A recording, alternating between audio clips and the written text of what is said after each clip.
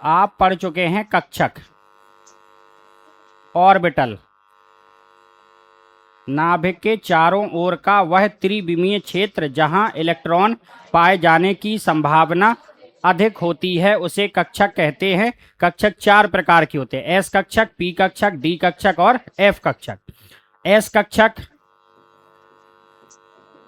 P कक्षक, D कक्षक, F कक्षक। एस कक्षक की आकृति गोलाकार, पी कक्षक की आकृति डंबुलाकार, डी कक्षक की आकृति द्विडंबुलाकार और एफ कक्षक की आकृति अनिश्चित। पीछे तक क्लियर है ना? एस कक्षक एक प्रकार का, पी कक्षक तीन प्रकार के, P X, P Y, P Z. D कक्षक पांच प्रकार के, D X Y, D Y Z, D Z X, D X square minus Y square, D Z square. F कक्षक सात प्रकार के। एफ कक्षक आकृति अनिश्चित होती है, इसलिए ना तो इसकी कोई संरचना होती है और ना ही इसका कोई नाम होता है। इसके बाद आप पढ़ेंगे उपकोष। उपकोष इंग्लिश में कहते हैं सब सेल। सब सेल, तो इसकी परिभाषा थी उपकोष कक्षकों से मिलकर बनते हैं। क्लियर? उपकोष कक्षकों से मिलकर बनते हैं। और कितने प्रकार के होते हैं? चार प्रकार के, S, P, D, F. S उपकोष, पी उपकोष, डी उपकोष और एफ उपकोष। अब देखिए, जैसे एस उपकोष है, एस उपकोष, एस उपकोष, अच्छा उपकोष किससे मिलकर बन रहा है? कक्षक से। एस कक्षक कितना होता है? एक, तो एस उपकोष में एक एस कक्षक होगा। ठीक है। पी कक्षक कितने? तीन, तो पी उपकोष कितने कक्षकों से मिलकर बनाएगा? तीन, तीन कक्षकों से। इसी प्रकार डी कक्षक कितने प्रकार के? तो जो डी उपकोष है वो कितने कक्षकों से मिलकर बनेगा? पांच से मिलकर बनेगा। भाई जब पांचों मिल जाएंगे, पांच कक्षक, पांच डी कक्षक मिल जाएंगे तभी तो आपका डी उपकोष बनेगा। इसी प्रकार एफ कितने? सात, एक, दो, तीन, चार, पांच, छह, सात। अब एक कक्षक में दो इलेक्ट्रॉन रहते हैं, एक कक्षक में दो इलेक्ट्रॉन। तो आपसे कोई पूछे भैया एस उपकोष में कितने इलेक्ट्रॉन बनेंगे, तो दो ही तो बने। पी उपकोष में कितने इलेक्ट्रॉन बने? छह, दो इसमें, दो इसमें, दो इसमें, छह। डी में 10 इलेक्ट्रॉन, एफ में। क्लियर हो गई बात? कोष इंग्लिश में सेल।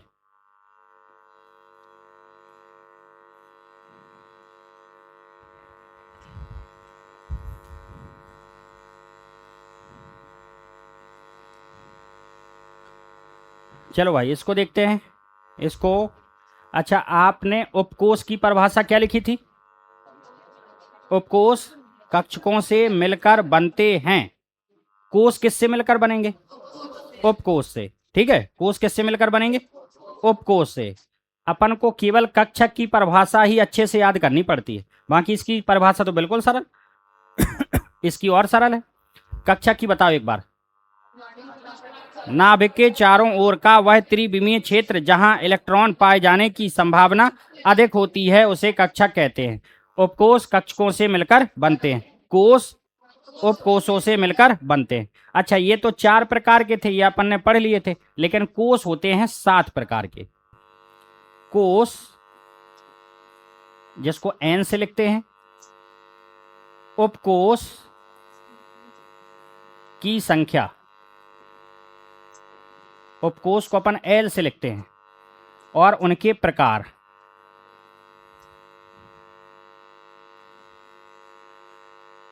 कोष 1, 2, 3, 4, 5, 6, 7। कोष कितने होते हैं? 7। अगर कोष एक है, अगर कोष एक है तो उसमें उपकोष भी एक ही होगा। कौन होगा? एक, एस अकेला।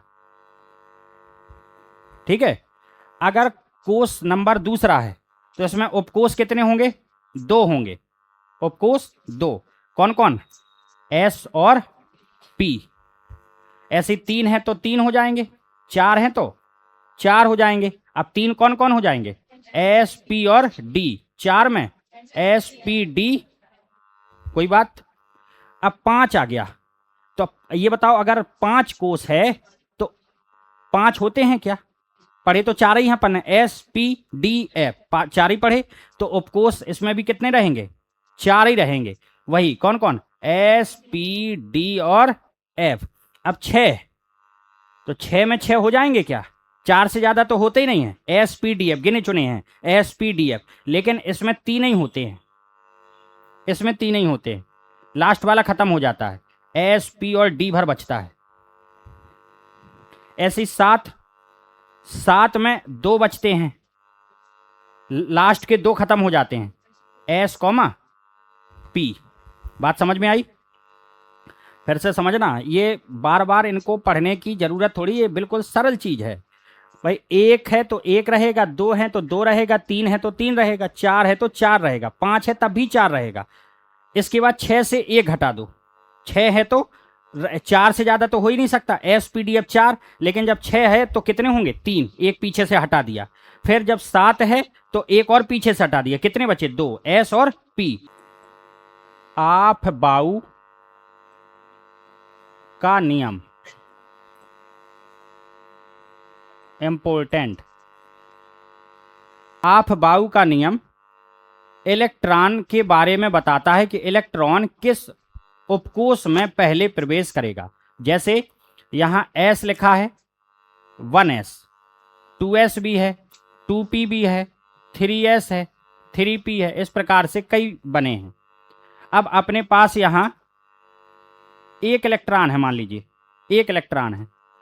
अब इलेक्ट्रॉन से पूछा जाए कि भैया तुम किस में प्रवेश करना पसंद करोगे, तो ये इलेक्ट्रॉन कहेगा कि जिसकी ऊर्जा सबसे कम होगी हम उसी में जाएंगे। अब ये आपको पता होना चाहिए कि किसकी ऊर्जा सबसे कम है, इसके लिए अपन आप बाऊ का नियम पढ़ रहे हैं। बात समझ में आ रही? तो ये इलेक्ट्रॉन किस में जाएगा, सबसे पहले उसी में जाएगा जिसकी ऊर्जा सबसे कम होगी। तो मान लीजिए आपको इनमें पता चल गया कि इसकी ऊर्जा सबसे कम होती है, तो इलेक्ट्रॉन सबसे पहले इसी में जाएगा। बात क्लियर हो गई? अब हमारे पास एक इलेक्ट्रॉन और आ गया। अब बताओ ये किस में जाएगा, ये भी इसी में जाएगा। क्यों जाएगा? क्योंकि एस में कितने इलेक्ट्रॉन बनते, 2 बनत हैं, तो 2 फुल हो गई। अब ये फुल हो गया। अब मान लीजिए हमारे पास एक इलेक्ट्रॉन और आ गया, अब इससे फिर आगे बढ़ेगा।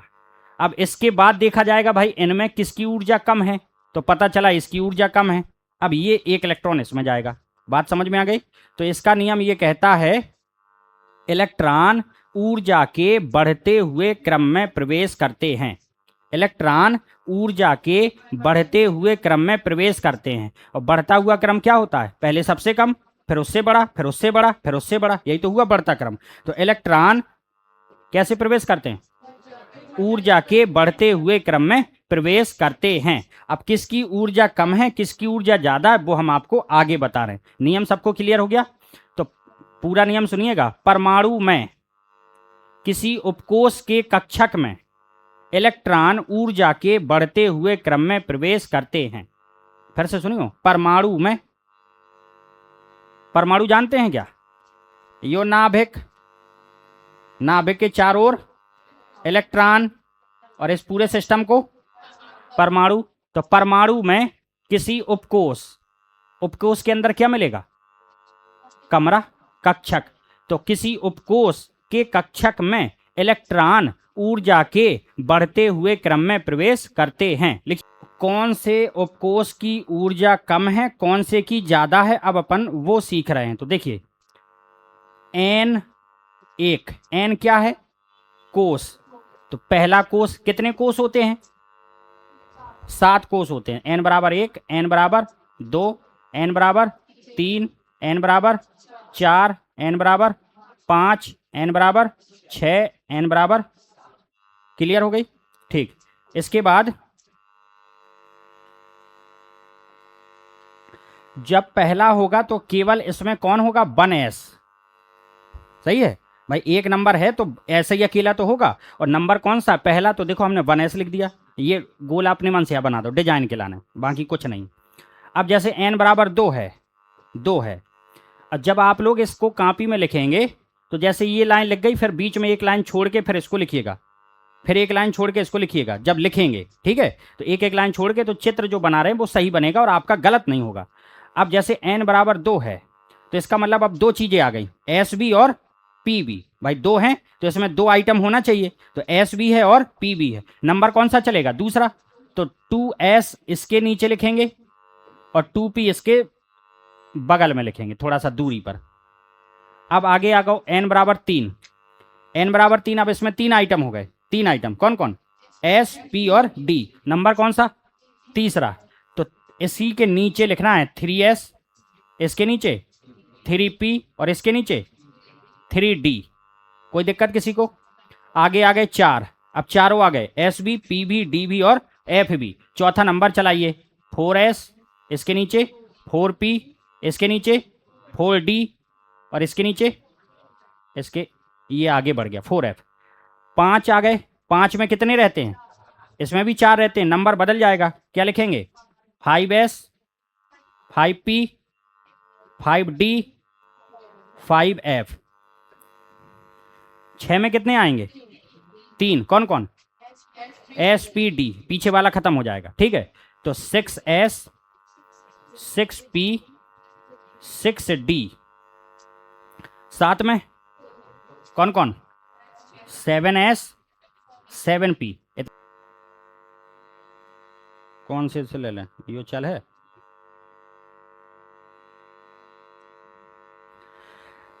देखिए, अब इसमें आपको तीर लगाना है, तीर। तो मान लीजिए ऊपर से तीर आया,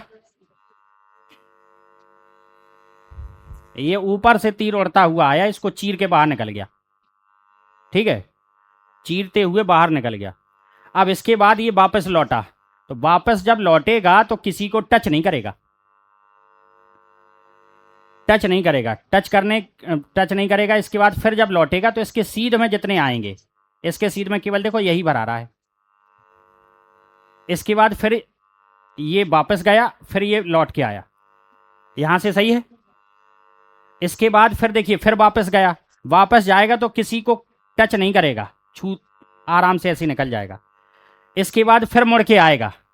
अब मुड़ के आएगा तो जो उसके सीध में होगा, आपने एक एक लाइन छोड़ के लिखे और उसी के नीचे लिखे। तो आप अगर पटरी रख के भी तिरछी तिरछी रेखाएं खींचेंगे, पटरी रख के तिरछी तिरछी रेखाएं, तो देखिए तिरछी रेखाओं में ये दोनों कटेंगे कि नहीं कटेंगे? सही है। अब जैसे तिरछी रेखा इसमें भी खींचना है, तो देखो जो इसकी सीध में कट जाए, कट गए। तिरछी रेखा इसमें भी, जो इसके सीध में कट जाए, जो इसके सीध में कट गया, आप पटरी रख के भी काट सकते हैं, सही है। अब इसके बाद देखिएगा, ये वाली लाइन को पीछे वाले से मिलाना है, तो पीछे वाले से मिला दो भाई।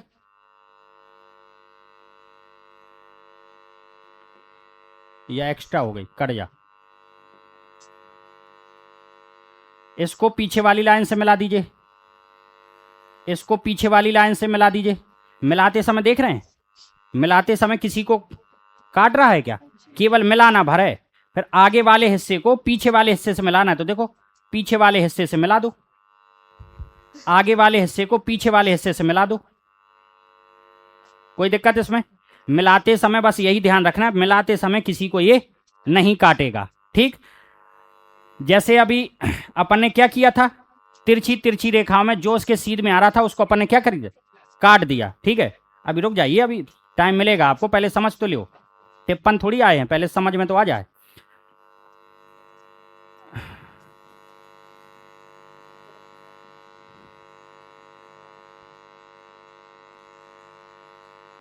अब देखो भाई, इसमें यहां से ये तो वापस गया, यहां से ये लौट रहा है, फिर यो वापस गो, फिर यो लौट हुआ है, वापस गो, लौटो है।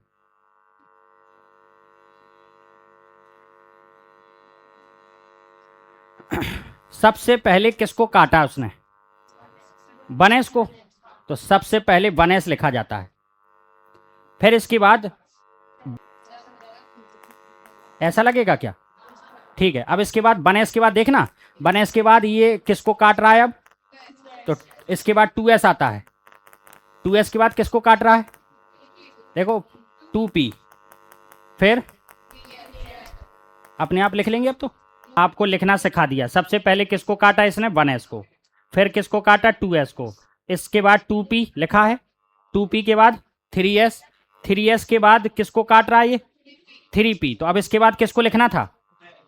नहीं, किसको लिखना था? 3p को। 3p के बाद 4s, 4s के बाद यहां तक लिखते बन जाएगा।